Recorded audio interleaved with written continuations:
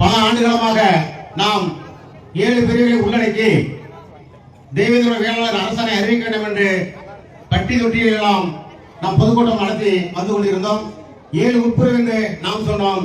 ஆனால் நமக்கு எதிர்மறையாக 6 உட்பிரிவு தான் உள்ளது, அதை அறிவிங்கள் என்று ஒரு கோமாளி சொன்னார். அந்த கோமாளியின் பேச்சை எந்த அரசும் கேட்கவில்லை. தலைவர் சொன்னவர்கள் மட்டுமே நிறைவேறியது. அதனுடைய காழ்ப்புணர்ச்சியை தாங்க முடியாத அந்த கோமாளி தான் உதவி கொண்டு தன் மகனை எல்லா இடங்களிலும் நம் கடவுளாக மதியக்கூடிய தமிழ்ல வேண்டும். ஏனென்றால் இப்பொழுது நீங்கள் அரசியலில் அனாதையை ஆகிவிட்டீர்கள். எங்களுக்கு ஆட்சியில் பங்கு வேண்டும் என்று சொன்னீர்கள். இப்பொழுது யாரும் கூப்பிட்டாலும் வாரம் என்கிறீர்கள். யாரும் கூப்பிடாதனால் எங்களை வப்புக்கு எழுகிறீர்கள். உங்கள் மைனுடைய வயது என்ன யோசித்து பாருங்கள். நீங்கள் உங்கள் பிறவியில் நிறைய சொல்ல உங்களை பத்தி இந்த சமூகத்துக்காக எப்போது எங்க வந்தீர்கள்? 1973 பள்ளி கல்லூரி படிக்கும் பொழுது நீங்கள் பாளையங்குடியில் படித்தீர்கள். அதன் பின்பு பாதையில் நிறுத்திவிட்டு மருத்துவக் கல்லூரி மதுரையில் படித்தீர்கள். அப்போலாம் உங்களுக்கு ஜாதி உணர்வு தெரியலையா?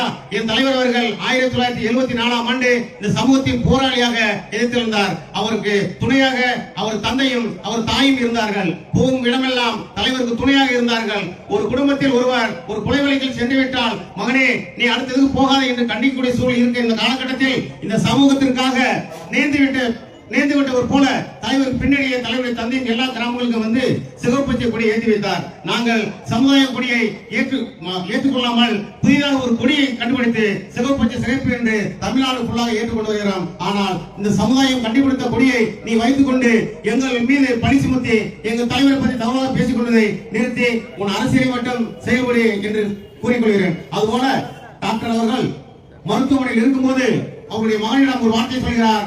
தம்பி, நான் பள்ளி பருவத்திலே என்னுடைய ஜாதியை மறைத்து போலீஸ் சர்டிபிகேட் வாங்கினேன்.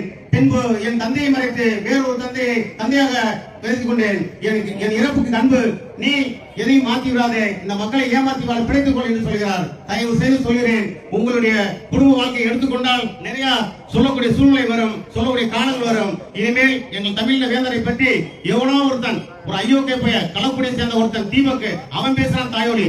அவனுக்கெல்லாம் என்ன அறிவுரை இருக்குது?